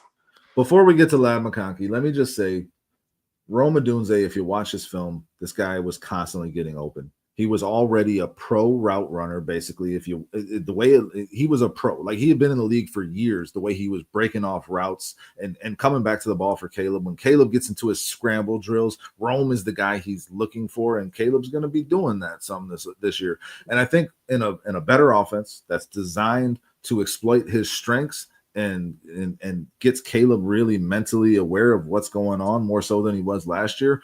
Rome is, when he gets open, he's going to be found this year. There was so many times he was open last year and Caleb just didn't see him, just like you said with Kyler and MHJ, man. And that happens with rookie quarterbacks, rookie receivers. And I mean, Rome is just in for a season that I think people aren't expecting. I think Rome has the potential to have a better season than DJ Moore and establish himself as the best receiver on this Bears roster this season, man. I am expecting very big things from Rome. So I just want to say that, and I would put him above. I would put him above MHJ, and honestly, I would put McConkey above MHJ too. I would put McConkey above MHJ. McConkey's a stud, man. I love that kid, dude. I really do. And they didn't add a whole lot either, Dustin. So I mean, I think they drafted one receiver. I think it was kind of late in the draft. They drafted the guy out of Ole Miss. Why am I blanking on his name? I love that guy, the AJ Brown comp. What the fuck? Why am I blanking on his name? I'm gonna have to look it up now because I loved him in the draft, and now I'm blanking on his name. Well, Ladd McConkey is a stud, and I think Ladd McConkey improves because he finished last year really strongly. I thought he was Trey Harris. Trey Harris. Yes. Oh yeah, Trey. Yeah, they did draft Trey Harris. Yeah. Yeah, he's Trey going to be person. involved in that offense. He's going to be the outside threat for that team that they have needed. But Ladd McConkey is just so good in the slot, man, and makes himself available to the quarterback so quickly and so easily that he is just going to continue to rack up yards. And Justin Herbert is going to find him. Yeah, he's that Wes Welker type guy. Super reliable, man. Always going to be there when you need him. And he was making big plays too, man. I mean, he caught a touchdown with one arm falling into the back of the end zone, tapping his toes. He's much more athletic. He's just much more athletically gifted than Wes Welker was. He's much more athletically gifted than he gets credit for. He's a burner, and he can take a hit. He's strong, He's strong at the point of contact, man. He runs through people. He keeps his legs turning. I love Ladd McConkey, and I just listed him above MHJ. I don't know if anybody heard that, but I got him at 4 behind Rome. And then I'll put MHJ 5. And we already talked about Marvin Harrison Jr. And I think he's just going to continue to get better. And I think he will establish himself as a top 2 or 3 receiver of this class when it's all said and done. But this year, I like McConkey and Rome. Yeah, I could see MHJ having a slow start to the season, Dustin. And I don't know how good that Cardinals team is going to be top to bottom, man. But I don't know how many. I'll say when it comes to touchdowns, I don't see Marvin Harrison near the top of this list because I think they're going to be hurting for him. But I think Ladd McConkey is going to make a case for himself to be a top 3 wide receiver out of this class, man. That guy's a stud. Like you said, he's missed those guys, man. Those third down outlets, those Mr. Reliables, the guys that are always there, the guys that you're like, there's no way he's going to get another one. He's got 9 catches in the game already. He's caught the last 4 in a row. He's that kind of guy. I have Rome Odunze at number 5, Dustin. So you said Marvin Harrison. Blaspheme. I don't like it at all. Not a fan. Not a fan, Brandon. I hate your list. I think he's 2 positions behind where you have him. And this could be that's a big deal. This could be a separation of 80 yards, man, for where these guys are likely going to finish, man. But I also there was names, man, that I didn't even think about that you threw in there, man. So now that we're talking about all these other guys too, because you forget. Number 6 is Xavier Worthy. Number 6 is Xavier Worthy.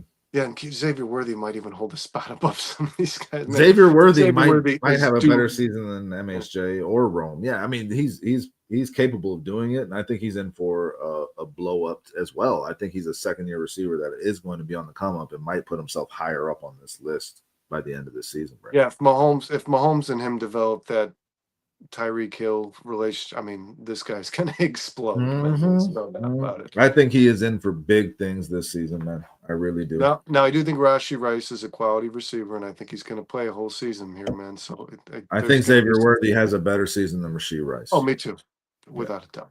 Yeah, me too. So yeah, I'll agree with you there. Xavier Worthy, number 6. Number 7, man, I'm gonna go with just because of the quarterback play, and I thought he was undervalued last year, and I thought he was the guy when he was being drafted. I thought he was the guy who was going to take some time, anyways. Keon Coleman makes sense here. Makes sense here. Yeah, he does. Yeah. And I mean, he's worked on his route running. He's doing a lot better at that. He's putting in the work, and like you said, he's got the guy who. I mean, there's just a natural need for that type of player in that offense that the Bills have, and he has all the opportunity in front of him to step into that role. Now, if he doesn't this year, Brandon, you got to get concerned. Yeah, if he doesn't with Josh Allen, he's just not good. Yes, correct. Like he could just end up being a bust. He could end up being one of those big receivers, tight end convert type of guys that just doesn't translate to the NFL. And this season, I think you're going to kind of find out, and I could see him stepping up in a big way for this Bills team. But the ceiling and the floor are very far apart for this guy. That's the one concern, man. That's the one concern. After Keon Coleman, man, I don't even like putting him after Keon Coleman, to be honest with you, because again, I think this guy's going to break out this year. I think he's going to be the best pass catcher probably on this football team. I think Ricky Pearsall comes there after me, man. I think this guy. I didn't like the Ricky Pearsall pick to San Fran. They had Deebo Samuel. They had Brandon Ayuk, who was holding out for money. I thought, why are these guys drafting wide receiver? Well, it makes sense. And Deebo Samuel's gone. Brandon Ayuk just tore a ligament. Who knows how that ends up panning out this upcoming season? Excuse me. Oh, bless you, bud. Yeah. Ricky Pearsall, man, my allergies are killing me today. Ricky Pearsall is going to be an stud. impact player in that offense. He's going to have to be. And I mean, you would hope that Brandon Ayuk stays healthy this year and they have that complement to each other on the field. And Brock Purdy just got paid. So, like, he's going to be leaning on these weapons to make. Brock Purdy is not a guy that's going to win you the game with his arm. He's going to win you the game with his brain.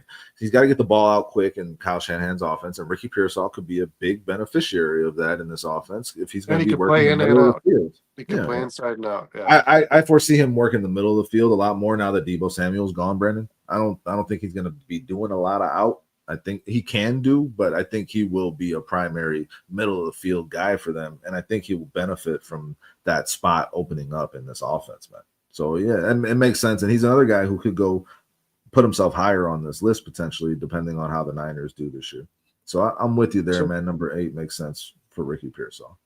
So you have 2 left, man. Adonai Mitchell and is Corey Leggett? Is that his first name? I have a hard time. It's Xavier Leggett. I have a very hard time. I love Adonai Mitchell, man. I hate where he went. I hate that he ended up in Indianapolis. I can't put him on this list right now because his quarterback play is so fucking bad. Tyler Warren ended up in a bad place, man. Downs is a good receiver who, depending on the quarterback play, he's not really impactful on the game. Michael Pittman is a good receiver who could not impact the game enough last year because the guys getting him the ball were not good enough, and they did not improve that this year. Anthony Richardson still is an inaccurate quarterback, and now Daniel Jones is the other guy there. I don't have faith in their quarterbacks. I'm not putting Adonai Mitchell on this list, man. I'd put Xavier Leggett before him. I'll throw a name out here to you too. I'd put Troy Franklin before him in Denver. Troy Franklin, the guy out of Oregon, he could get unlocked in that offense and be a part of that offense that they need, which is a guy that'll stretch that field for them. I like Troy Franklin in last year's draft, and I think he can still make an impact on that Denver Broncos offense. He's just a small guy, at the end of the day. But if they find a role for him and Nick's in his second year, it can develop with him a little bit. Troy Franklin could find himself in the top 10 of these guys. But I don't know which one to throw there. Here, you know what? Roman Wilson. Let's put Roman Wilson on this list. Or we'll get Roman Wilson. Roman Wilson, I think, is going to be healthy this year. Swiss Army knife, man. Yeah, that's the role he can serve. He's consistent. He's a slot guy, which the Steelers are in need of. Aaron Rodgers is the quarterback. It's more competent than what we thought it might be going into this year at the quarterback position. So I think Roman Wilson could kind of break out here. Is there anybody else? I owned him all last year in fantasy. Waiting for this bro. guy. You know who we're missing, dude? This is a travesty. Jalen McMillan. Yeah. We didn't even mention him, and he's got to be on this list. He would probably be somewhere around here, though. You think he wouldn't be before Ricky Pearsall? No, just because, man, I'd put him before Mike Evans, Chris Godwin. There's just way too much there. He was playing with a couple of those dudes last year and still snapped. I'll put him ahead of Ricky Pearsall. Well, Emeka Buka wasn't there. Chris Godwin went down for the year. It was just him and Evans. I think for sure. His production will come down quite substantially from what it was in his rookie year, man. I believe that. I think Jalen McMillan is a quality fucking receiver, man. He was the guy across from Roma Dunze. Those two in Washington were studs, but you added Polk in there too. You had a really quality set of receivers in Washington. And I'm putting them in front of Michael Pearsall. Penix. Michael Penix was able to get those guys the ball. Okay. So I'm putting yeah, him in. Jalen I'm putting McMillan's him at. definitely Yeah, Jalen he's on McMillan's this definitely on list. the list. Yeah. He's on this list. The fact that we didn't bring him up is rough. And so then that puts me at 10 already because I'm Hey, putting we're him doing at this off the top of our heads, man. yeah, I'm putting him at 8, and then so that puts Roman Will. No, I have Roman Wilson. You know, I only You got one pushed left. Pearsall back, so that pushed Pearsall goes back to 9, and that Roman Wilson is my 10. over Xavier Legette. Yeah, yeah. Leggett, I was not high on in the draft, and he had some rough moments last year. I don't know how I feel about that Panthers receiving core at all, man. Like I don't know if I liked their picks at all these last 2 years at that receiver spot. Yeah, no, I'm gonna put Roman Wilson over him. I expect Roman Wilson to be a reliable, dependable guy that catches some touchdowns this year and opens himself up to the quarterback often from that slot. I think he gets a lot of carries out of that. Roman Wilson, guys, reminds me of Jaden Reed. It's the kind of player I think he can be. He's a Swiss Army knife. He's a do-it-all guy. He's a guy who takes kick returns, punt returns. I mean, this guy is just an athletic guy. He's a sneaky little guy. I think he's gonna. I mean, he's little. I think he's gonna make an impact on that Steelers team. It was unfortunate he wasn't able to get Bro, himself on the field last year. I'm putting McMillan ahead of Keon Coleman too. He's going. Yeah, he's going If to Keon 7. Coleman ends up being that guy, man, him and Josh Allen are gonna have one hell of a connection. I think. Yeah, honestly, I'm gonna go McMillan ahead of Coleman. I'm gonna put Pearsall in front of Coleman too. That's what I'm gonna move this around a little bit. I'm So going to I stick mean, with Coleman where I got him because I think he's going to have a breakout year, man. I think that Josh Allen's going to finally find himself a guy he can rely on since the loss of Stephon Diggs. All right, Dustin, we're getting close to the hour here, but I do want to do real quick, man. I just want to. Well, actually, no. We'll do this segment real quick. We have our what the fuck of the week. Is that what it is? Weekly what the fuck. Are we doing fantasy ranks or do we count blocking in our rank? I mean, we're just doing overall player impact, how we expect these guys to perform this year in their offenses. I mean, this ain't really fantasy based at all, to be honest. But no, if it's fantasy based, it's Malik Neighbors all day. Well, we did that either way, so. Well, weekly what the fuck, man. I'm trying to make sense of what the hell the Dolphins were thinking in this 6. I don't even care if it's just a 6-round pick in this trade, man. What the hell is this Darren Waller thing, man? That's my weekly what the fuck. Like I was almost upset like at what how stupid this like it doesn't. You traded Jonnu Smith, which I don't think was necessary. First off, if I'm the Dolphins, Dustin, I'm asking for Darnell Washington in this trade. He hasn't really done anything. He's had like 4 receptions. That was my point when we were having this conversation, Yes. Brandon. Yes, 100%. Like, why would you not get a guy back? And you go pull Darren Waller off. Darren Waller is giving interviews saying how checked out he was on the Giants and was like, I'm done. And then he starts making rap videos, and obviously that wasn't going too well for him because now he's not done and he's back in the NFL. And I don't understand why this guy's worth $5 million to any team in the NFL. And I knew he was going to be a fucking bust in New York, dude. It was clear as day when New York, this is beyond retread, bro. It's an ass move. It doesn't make any sense. They should have traded a second to the Bears for Cole Kmet. That's what I. And do the Dolphins not have a 7th round pick? I mean, how do you get a 6th? I don't understand, man. Yeah, the money you're giving them and and just giving up any draft capital. You had to if you're going to trade for him because he was still technically on the Giants roster, I guess. But like, you had to give up something for him. But yeah, could you have given up a 7th? I have no idea. I don't know what the Dolphins picks are. But if this is your plan, if this is Mike McDaniel's plan going into this season for his tight end position, and they're not going to address it in any other way, then he is cooked, bro. This reeks of desperation and like I'm smarter than everybody and I can turn him into something that nobody else has been able to since like 2016. What was it, 2017 when he had that year with the Raiders? Like, it's been a long time, dude. It was 2020 he had a good season. 2019 he had a good season. 2019. Okay, there you go. He had a good season. 2019 he had 1,145 yards. 2020 had him on my fantasy team. I knew he was going to be. He killed it for me for sure. Yeah, he had 12 touchdowns or 9 touchdowns, 1,200 yards in 2020. So 2020 he exploded on the scene. But Dustin, after that, he has done nothing. I mean, so you're talking about five years of nothing and a retirement and a rap career in between the good seasons this guy had, man. It's just they should go sign Antonio Brown too. Yeah, I mean, they should ask Gronk if he wants to play, man. This is like, I would have more faith in Gronk coming back to play for the Dolphins, man. I'd have more faith in that. So yeah, I didn't get it, man. Just go sign a guy off a fucking practice squad, man. Go, you know what I mean? I thought the Dolphins wait for the cuts, dude. You know I what I thought mean? the Dolphins got the better of that trade though, in getting Minka Fitzpatrick. Yeah. I mean, Jalen Ramsey is a good cornerback in the NFL. I don't want to downplay his value. Oh yeah, that trade I'm okay with, man. What happened there? It was what happened afterwards to address the tight end position. Go get Joe Wilson off the Bears when they cut him after the preseason, man. Like, no, trade a second to the Bears for Cole Kmet. Absolutely. That's what they should have done. 100%. That's what the Chargers should do. That's what the Chiefs should consider doing. Or you call the Chiefs, man. How's nice? Noah Gray available? Like anything else. But this was my weekly work of fuck. Yeah, this made no sense to me, man. This guy was a walk-on to begin with at his college team. I mean, this is a guy who it was a good story. It was a great story. He beat drug addiction, fizzled out on the Ravens, beat drug addiction, came back with the Raiders, and had some great seasons, like you just said. But I mean, like, he's been done for a while. This again, like I said, this is a retread of a retread.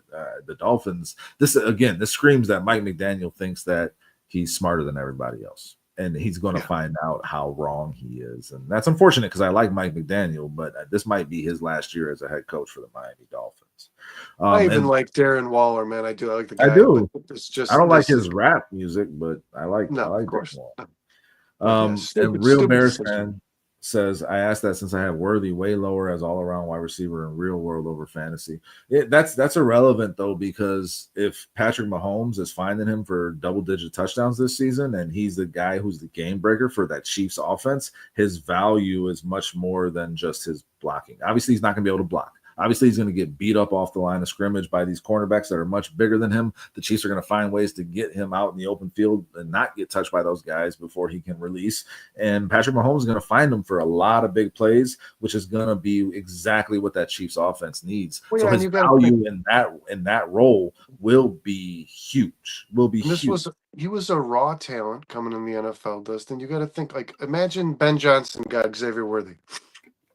You're expecting good things. Andy Reid is no different. In that role, in the role that they want him to play, right? He's obviously not going to be a blocker, but it doesn't mean that role that he plays is not very valuable. No, you're going to do quite the opposite. You're going to put a bunch of blockers in front of this guy because he's going to take it to the fucking house, man. He's going to get screen passes. He's going to get end arounds. He's going to get carries in the backfield, and he's going to take them home. So yeah, if I was ranking them based on if we were ranking Xavier Worthy on his pass blocking or his run blocking, he's not going to be on this list at all. But because he's so very fast and so very good at exactly what the Chiefs need him to do, he is going to be a very valuable piece of their offense this season. That's all I'm saying. And I think that's going to be worth, some 1,000 yards and potentially double-digit touchdowns for Xavier Worthy this year. Yeah, I think he's going to have and I think he's going to catch a couple over the top of some defenses, man. That's he's capable of doing. Dustin, real quick before we hang this up, man. I read it earlier this afternoon and I forgot it. I wanted to put it on the thumbnail, but I forgot it. Michael Madsen, man, broke my heart. I didn't even see it until you told me, man. One of my favorite actors, the guy that Tarantino recycled through his films, man. This guy played Vic Vega, the Mr. Blonde character in Reservoir Dogs, who was the brother of Vincent Vega, the John Travolta character in Pulp Fiction. Remember we were wanting that movie to happen? They were talking about the Vega brothers. That would have been the best movie that Tarantino has never done, man. I would have fucking loved to see that movie. God damn it. We were talking about that in Trupa. I remember when we were working together, like the potential of what that movie could be. God, that would have been amazing. The movie was written, and John Travolta told Quentin Tarantino he didn't feel like he didn't feel like he had it in him anymore. He wasn't the same actor he used to be. John Travolta was right. Yeah, he absolutely was. But Michael Madsen, guy, is also obviously a pretty well-known character in Kill Bill, that series. Just an awesome actor, man, and seemed like a pretty cool fucking dude, man. I don't know that he was, but he seemed like a pretty cool dude. So yeah. Can I throw out a couple other movies? Yeah, Harley Davidson and the Marlboro Man, awesome in that. Species, Species, he was awesome. Chasing around a hot alien that's trying to have sex with men throughout Los Angeles. And one that you forget about, man? Free Willy. Oh yeah, he was the dad. Yeah. I mean, Michael Madsen was a damn good actor, and he had like this attitude that was just like it felt like he didn't give a fuck if he was even in the movie, even while he was acting, which was amazing. But obviously, he's most known for the Reservoir Dogs, the dance scene. Yeah, I was gonna say, and his filmography is not that impressive. He's done some good movies, but he's done a lot of bad ones too. But I'll say this: there's actors that stick in my mind based on scenes, historic scenes that I'll just never forget. And I'm sorry, it is cliche, but you just said it. The dancing, well, the "Stuck in the Middle with You" song is playing, and Reservoir Dogs before he removes, before he removes the ear off the police officer, he's doing a two-step. And you're almost rooting for him while he's torturing an individual. I just love Michael Madsen in that role. Mr. Blonde was awesome. I really hope that movie would have been done. The best part of that role was how hilarious he was without even really trying. Like he was obviously a psychopath, but he was fucking hilarious. Just so funny. I'm blanking on some of the but when he takes him out to the trunk to show him he has the cop. And like just the way he just nonchalantly says shit when they ask him questions like, "Oh, what are you thinking?" It's like, he just kind of bluntly says like, he started doing this, so I told him not to do that, and then he fucking did it. So I fucking shot. And then they're all kind of every character in that movie has their own way of kind of panicking because shit has really hit the fan, guys. That's the whole basis of this movie. Things did not go the way it was supposed to. And Michael Madsen is Mr. Cool, calm, fucking collected the entire film. He's never worried about anything. He's in the middle of torturing a guy when they're figuring out how to get away from the police and how to get out of the city. This dude is literally torturing a police officer while their concern is the police. I mean, it's relatable. It's relative to the bare minimum. He's a Chicago guy, Addison, Illinois. Born and raised. I mean, he's from the area, and he was always one of my. He was in Donnie Brasco too. I forgot about that. Always one of my favorite. I guess you could call him a character actor to an extent. Like, I mean, there was a certain role that he fit in, and Tarantino obviously used him better than anybody. And yeah, he was fucking great in the Kill Bill movies too. He really was. I mean, he was great. Oh, one of the best characters for sure. And wasn't he in the Hateful Eight too? Yeah, he was in the Hateful Eight as well, which is a damn good movie. Yeah, like I said, Tarantino recycled him from the Kill Bill series, Reservoir Dogs, Hateful Eight. It was obviously, and if Tarantino likes to use you again and again in a movie, man, you're good to work with. You know what I mean? Tarantino won't fuck around. So, yeah, I just want to pay a little tribute to Michael Madsen, guys. I know Dustin. Yeah, well deserved. We've talked about Michael Madsen before in our past, and a Chicago guy, like you said, so worth talking about. Hell of a guy. I mean, Virginia Madsen, his sister, just an acting family. I mean, just a good actor. Good. I mean, never, like you said, he never like really took off. But have you seen Harley Davidson and the Marlboro Man with him? No, I haven't, but I'm gonna watch it now. Go watch that movie. I mean, it's ridiculous, but it's awesome. Like it. Yeah. It's like one of those '90s, or no, sorry, it's not. I'm so no, never mind. That's Mickey Rourke and Don Johnson. I get Mickey Rourke and Michael Madsen confused sometimes because they're both kind of badasses. Yeah, they're both outside of film, like on Offset. You know what I mean? They're both kind of scary. Scratch that from the record. Harley Davidson and Marlboro Man is a great movie. Go watch it, but it's Mickey Rourke and Don Johnson. It is not Michael Madsen. So, sorry, don't want to besmirch Michael Madsen's name. It's very sad that he's passed, and he'll be missed, man. Damn good to his family, man, for sure. Like you said, not in that movie that I suggested. So let's just scratch that from the record. Foster, John S., Carl, Aunt Mass, couple of new guys in here, Dustin. I don't remember. Like Romy, saw you, man. We appreciate Romy you. was not new. Black Rain 7920 was a guy that kept Joseph Osteen. Yeah, that was a new guy I saw too. We appreciate everybody for being in here. I hope y'all had a lot of fun. I mean, Foster, we appreciate you, man. You killed the whole show, man. I just kept coming with the heat, dude. Yeah, do you remember when our first? It's worth talking about. Just for a second, our first encounter with Foster was kind of a rough one, like because he was just like it was the whole Caleb. The Caleb, and he still does, but like he seemed much more level-headed conversation, and we like never booted him. Like from what I understand, he's been blocked, and from what he told us at the time, he's been blocked by multiple Bears pod chats, and it's like, why the fuck would we do that? You have a differing opinion, that's okay, man. And we've had these conversations, and I've loved the way that those conversations have evolved, and that's what's really cool about doing shit like this. And if we can't have differing opinions and have conversations about them, then what's the point of doing this? Yeah, obviously you ain't gonna think the way we think, but he's become an awesome member of our chat and a loyal member too. He keeps showing up, man. So we appreciate you, and we never blocked you, and I told you we never were going to, but we had some disagreements, and that's okay. That's what sports is and life is about, having disagreements but finding common ground. And when it's all said and done, he's a real fucking Bears fan, just like he calls himself, man. So that's what this community is, man. That's what we are. We cheer for the same team. Well. That's the thing. That's the thing you sometimes forget when you're disagreeing with people, man. It's like we all root for the same team, man. But yeah, we like appreciate you, man. Just because I don't think Montez Sweat has lived up to expectations don't mean I don't want him to.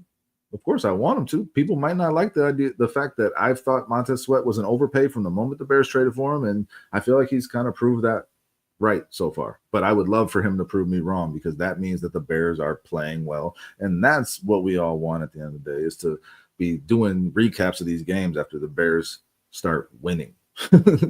Foster, the keys on that keyboard must be worn down after tonight, and we appreciate you for that, man. Kev, like I said, you brought the heat in the chat, and we appreciate it. Same way I hope Caleb wins us a Super Bowl. Exactly, real Bears fan. Exactly. Yes, sir. We're all rooting for the same team and the same thing, man. Dustin, I appreciate you. I know you had a long day, dude, and I know you got a lot of hands full with the shit stuff, man. Happy 4th of July, Foster. Happy 4th of July, everybody who's still tuning in. Happy 4th of July for anybody who watches after this. Dustin, happy 4th, man. I hope yours goes well. I know you're working, man, but make the best of it. Yeah. All right, bear love down. You guys. Bear down. Have a great rest of your night.